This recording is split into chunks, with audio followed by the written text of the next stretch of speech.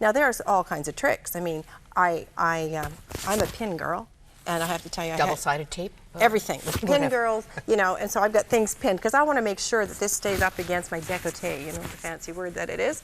But if I have something that I know can gape a little, my left hand becomes my best friend. Because when I'm saying, hi, Jim, you know, leaning across a pew at church, and you got the whole view straight down the shirt, someone might not be aware that that's happening, but again, I'm reminding the ladies now, think about it. How does this work? How does this move with me?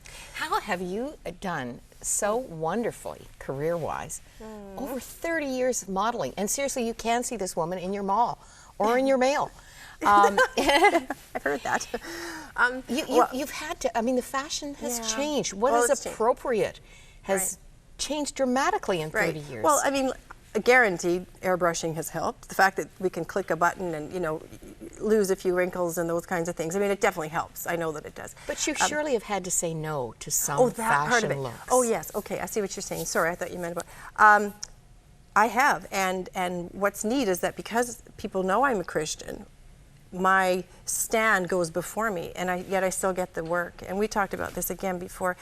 God has really been blessing my career despite having such a strong stand. You know, they've brought other models in sometimes for shots that they wanted someone else to do, and they've said, you know, we wouldn't dream of asking you to do it, and so I haven't. So you know, God's really been awesome that way, that He has honored the stand, and that I believe that that's where the blessing comes. I mean, it doesn't make sense that I am 48 and I'm still working, and it doesn't make sense that, you know... oh, let's show the picture again. Okay. Let's just show the one that we have of the model you want to look for next time you go to the mall. Blues. I don't even think I've seen that picture, so that's why I was like, oh, where'd you find that one? I mean, they change them all the time, but Nygaard, you know, it's been a company that has, you know, they have good clothing. They don't have like trendy, I go use the word skanky clothing, you know, but you know, I just feel fortunate that I definitely am in a line of clothing that definitely there is no issue with Tanjay. It's wonderful, long-term relationship.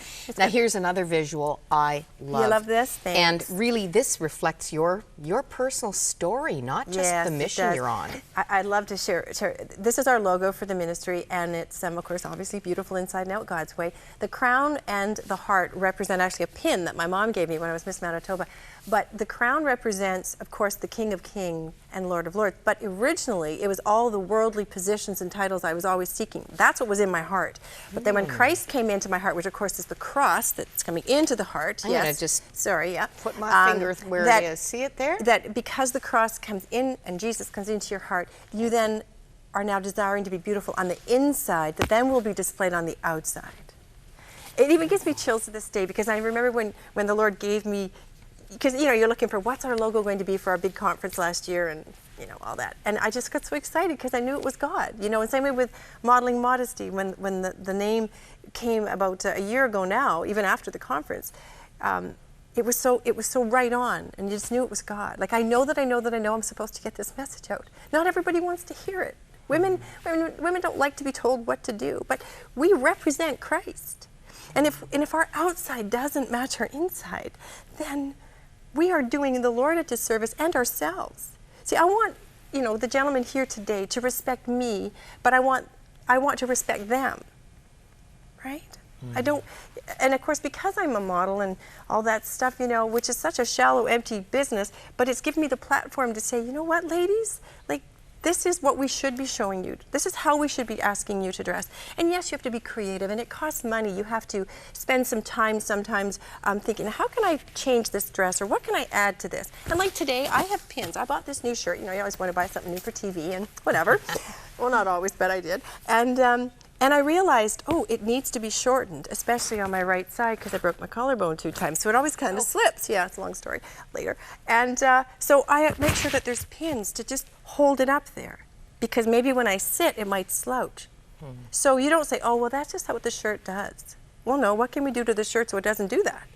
You know, and so there's a bit of time and there's a bit of cost to being a modest woman, but the value is eternal, and it's amazing. You can never underestimate the power in that. And Tressa, the courage that you have, and the boldness, the passion for what you are doing, has come from living in a different place. Totally. We just have a couple of minutes, but it always amazes me that beautiful women, beautiful, successful women, often confess to having terrible insecurity. Totally. And some very derailing issues.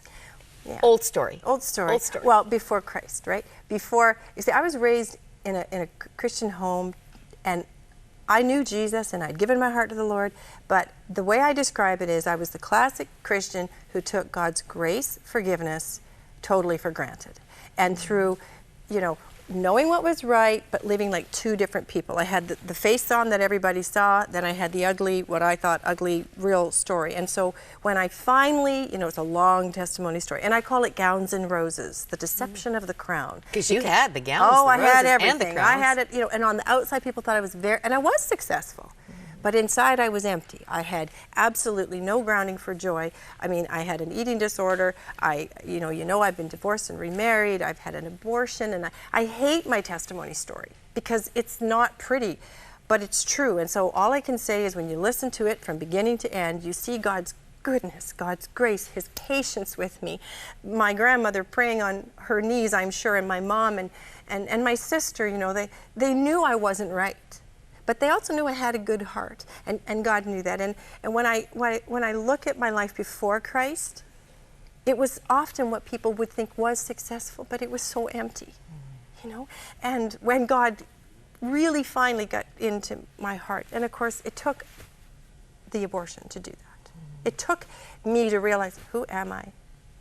You know, who am I really?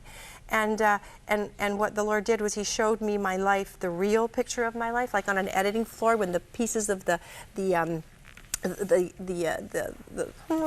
out frames. Yeah, right. I was cutting stuff out that I want Cutting people out to know. frames. And then He showed it to me, and that's what made my heart break. And then I realized how much I needed Him. And we always need Him. And of course, we're always, you know, changing from glory to glory. I pray, but God is so good. And that again, I know He's taken my past, and He's now bringing it so that we can be transformed, and that we will not compromise, that women will see that Christ is where it begins. And when the Holy Spirit really gets inside of your heart and you seek Him and you say, I want to be teachable, Lord, you know. And I know we don't have a lot of time, but we can, the Esther Touch thing, if we have time, a royal great. daughter on a royal mission, and your website is? Yes. The easiest one to remember is Tressa.ca, because it takes you to beautiful. Say that again. Tressa.ca. Oh, Tressa Yeah, dot. CA. Sure, I thought you said trust the dot. Oh, okay. That. What dot? Okay, well then. Tressa.ca. It's the easiest And one. I'm just going to close with your verse. Okay. 1 Peter chapter 3. Don't be concerned about the outward beauty that depends on fancy hairstyles, expensive jewelry, or beautiful clothes.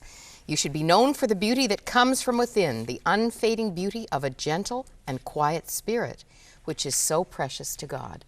This is the way the holy women of old made themselves beautiful, and that's still in vogue.